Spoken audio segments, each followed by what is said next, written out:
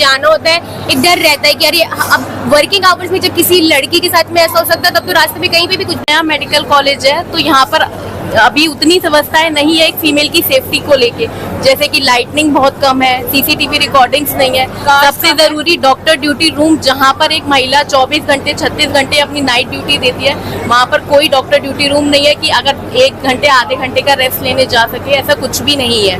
ठीक है, गार्ड्स की उतने गार्ड्स नहीं है पर्याप्त जितने होने चाहिए कि हर जगह पर एक गार्ड हो कि उसकी सेफ्टी, कभी भी कोई भी इंसिडेंट हो तो कोई गार्ड पहुंच सके। मतलब मानती हैं आप यहाँ पर अभी असुरक्षित माहौल में काम कर रही हैं? बिल्कुल बिल्कुल, यहाँ पे असुरक्षित माहौल है। जो लाइट्स हैं वो भी काम नहीं कर रही हैं। अगर रात को हम लोग आते जाते हैं तो हमें डर लगता है। नमस्कार दोस्तों, मैं आपका दोस्त जीत एक बार फिर से लाइव हूँ। कलकत्ता में हुई महिला डॉक्टर प्रशिक्षु की हत्या पर आज गोरखपुर और बस्ती सहित पूरे भारत में आंदोलन जन्म ले चुका है और उस आंदोलन का रूप मैं आपको दिखाने बस्ती के कैली अस्पताल में आया हूँ। हम बात करेंगे यहाँ पर आंदोलनकारियों से जो आंदोलन कर रहे हैं, जो डॉक्टर्स बैठे हुए हैं आंदोलन पर, उनसे बात करेंगे और समझेंगे क्या है पूरा मामला और क्या है उनकी मांगे। आइए, लगातार धरना जो है वो चालू है। हम बात करेंगे कुछ डॉक्टर्स से, क्या उनकी मांगे हैं। बात करने के लिए हम जुड़ रहे हैं समय तक। क्या मांगे हैं आपकी? ये मामला है RG medical college west Kolkata में, जो 9 अगस्त को एक डॉक्टर की, ऑन ड्यूटी डॉक्टर की रेप करके हत्या हो गई है, जो एक तरह का गैंगरेप था। हम लोग उसके लिए स्ट्राइक कर रहे हैं ताकि उस विक्टिम को न्याय मिल सके और फास्ट ट्रैक कोर्ट में सुनवाई हो और जितने भी कल्प्रिट जो बाहर घूम रहे हैं उनको जो भी अधिक से अधिक कठोर सजा मिल सके वो मिले। क्या मांग क्या है आपकी? हम लोग की मांग है इस घटना की सीबीआई जांच हो, और ये क्योंकि ये एक तरह का गैंगरेप है जिसमें केवल एक ही कल्प्रिट पकड़ा गया है। कहीं ना कहीं अभी जो भी मुख्य आरोपी हैं वो सारे बाहर घूम रहे हैं, तो हम लोग चाहते हैं जितने भी मुख्य आरोपी हैं वो पकड़े जाएं। साथ ही साथ आगे से ऐसी घटनाएं कभी किसी मेडिकल कॉलेज में ना हो, उसके लिए गवर्नमेंट, जो भी स्टेट गवर्नमेंट है या जो भी सेंट्रल गवर्नमेंट हो, इंश्योर करे डॉक्टर्स की सेफ्टी के लिए कि ऐसी घटनाएं दोबारा ना हो। जैसा कि मैं जानना चाहूँगा आपसे, जैसा कि महिला डॉक्टर जो है उनकी लाश मिली है सेमिनार हॉल में छत विछत स्थिति में, क्या आशंका व्यक्त करते हैं आप? इसमें यही लग रहा है कि इसमें कई लोगों का इन्वॉल्वमेंट हुआ है, मतलब कई लोगों ने गैंग रेप हुआ है। ये मांगे क्या है प्रशासन से आपकी? मांगे प्रशासन से ये है कि हमारी फीमेल डॉक्टर की सेफ्टी की जाए, हमारी मेन यही मांगे हैं। और दूसरा ये है कि जो विक्टिम है उसको जस्टिस मिले। हम किसी महिला डॉक्टर से भी बात करेंगे। किससे बात करें? श्वेता जी, जैसे कि पूरा मामला जो है इस पे आप सभी धरने पर बैठे हैं, क्या मांगे प्रशासन से, क्या लगता है आपको?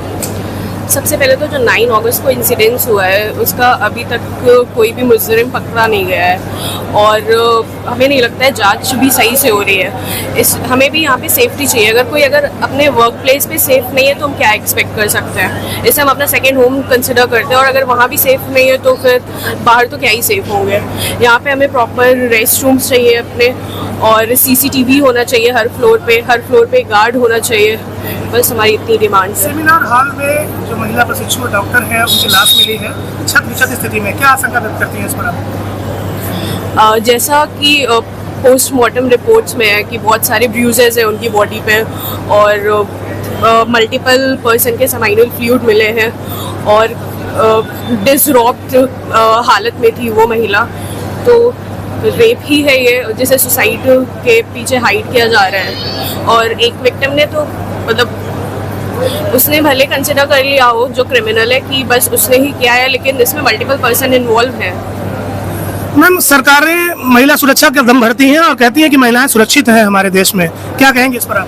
बिल्कुल सुरक्षित नहीं है। हम कहीं भी जाते हैं तो हमें एक डर रहता है कि यहाँ से हम सेफ है या नहीं है। कहीं भी जाना होता है एक डर रहता है कि अरे अब वर्किंग आवर्स में जब किसी लड़की के साथ में ऐसा हो सकता है तब तो रास्ते में कहीं पे भी कुछ भी हो सकता है। तो ये तो हमारी सेफ्टी तो हर जगह पे ही जरूरी है। अगर लोग अपनी सोच नहीं बदलेंगे तो हमारे अंदर जो हो रहा है, जो हमारे साथ में हो रहा है, वो सब कैसे बदलेगा? अपनी सुरक्षा को लेकर आपसे क्या मांगे हैं, क्या सरकार से क्या मांगे हैं आपके?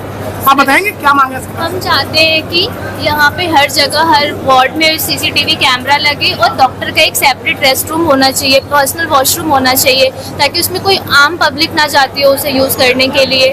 और हमारी सिक्योरिटी के लिए गार्ड्स होने चाहिए, हमारे कन्वीनियंस आने जाने की हो यहाँ पर।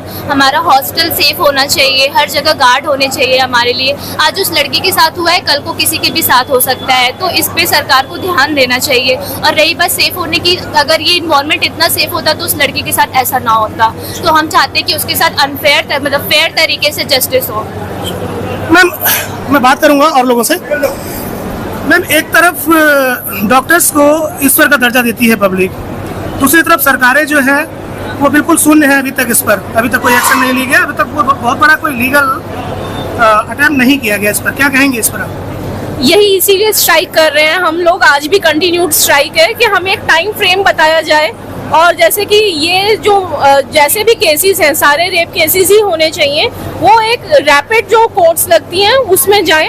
और बाकी भी डॉक्टर्स के लिए तो हर तरीके से प्रोटेक्शन जो है कॉलेजेस को प्रोवाइड करना ही चाहिए। सीसीटीवी कैमरास लगे, लाइट्स लगे और गार्ड्स की एक प्रॉपर व्यवस्था रहे। यहाँ पर व्यवस्था को लेकर क्या कहेंगे? जिस अस्पताल में आप इस समय हैं, यहाँ पर महिला सुरक्षा के लिए क्या व्यवस्थाएं की गई हैं? कुछ आप बताएंगे? काफी कम व्यवस्थाएं हैं पर क्योंकि ये नया मेडिकल कॉलेज है, व्यवस्थाएं हैं, लेकिन क्योंकि ये नया मेडिकल कॉलेज है तो यहाँ पर अभी उतनी व्यवस्थाएं नहीं है एक फीमेल की सेफ्टी को लेके। जैसे कि लाइटनिंग बहुत कम है, सीसीटीवी रिकॉर्डिंग्स नहीं है, सबसे जरूरी डॉक्टर ड्यूटी रूम, जहाँ पर एक महिला 24 घंटे 36 घंटे अपनी नाइट ड्यूटी देती है, वहाँ पर कोई डॉक्टर ड्यूटी रूम नहीं है कि अगर 1 घंटे आधे घंटे का रेस्ट लेने जा सके, ऐसा कुछ भी नहीं है। ठीक है, गार्ड्स की उतने गार्ड्स नहीं है पर्याप्त जितने होने चाहिए कि हर जगह पर एक गार्ड हो कि उसकी सेफ्टी, कभी भी कोई भी इंसिडेंट हो तो कोई गार्ड पहुंच सके। मतलब मानती हैं आप यहाँ पर अभी असुरक्षित माहौल में काम कर रही हैं? बिल्कुल यहाँ पे असुरक्षित माहौल है। जो लाइट्स हैं वो भी काम नहीं कर रही हैं। अगर रात को हम लोग आते जाते हैं तो हमें डर लगता है। जो हॉस्टल से यहाँ तक के आने का रास्ता है वो बिल्कुल भी सुरक्षित नहीं है। तो ये आप देख रहे हैं जो धरना आज यहाँ पर काम कर रहा है, इसमें महिला डॉक्टर्स जो है वो अपनी असुरक्षा की भी आशंका व्यक्त कर रही हैं। लगातार ये धरना गोरखपुर और बस्ती दोनों जिलों में लगातार ये चल रहा है। धरने का सीधा विजुअल हम आपके सामने पेश कर रहे हैं। कई डॉक्टर्स से हमने बात की और देखा, ये पाया कि डॉक्टर्स अपने आप को सुरक्षित महसूस नहीं कर रहे हैं यहाँ की व्यवस्था के अनुसार।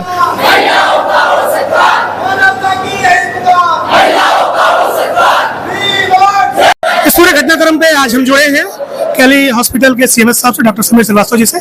जानेंगे कि इस मामले पर उनका क्या कहना है। सर, जो अभी नीचे महिला प्रशिक्षु धरने पर बैठी हैं, उनका कहना है कि इस अस्पताल में भी उनकी सुरक्षा व्यवस्था के पुख्ता इंतजाम नहीं है। क्या कहेंगे इसमें? देखिए, हम लोग अपनी तरफ से तो पूरी कोशिश कर रहे हैं और जो भी अगर कमियां हैं बाय द वे, और अगर जो भी उनको हम फिर से रिव्यू कर रहे हैं ताकि हम प्रॉपर सुरक्षा दे सके।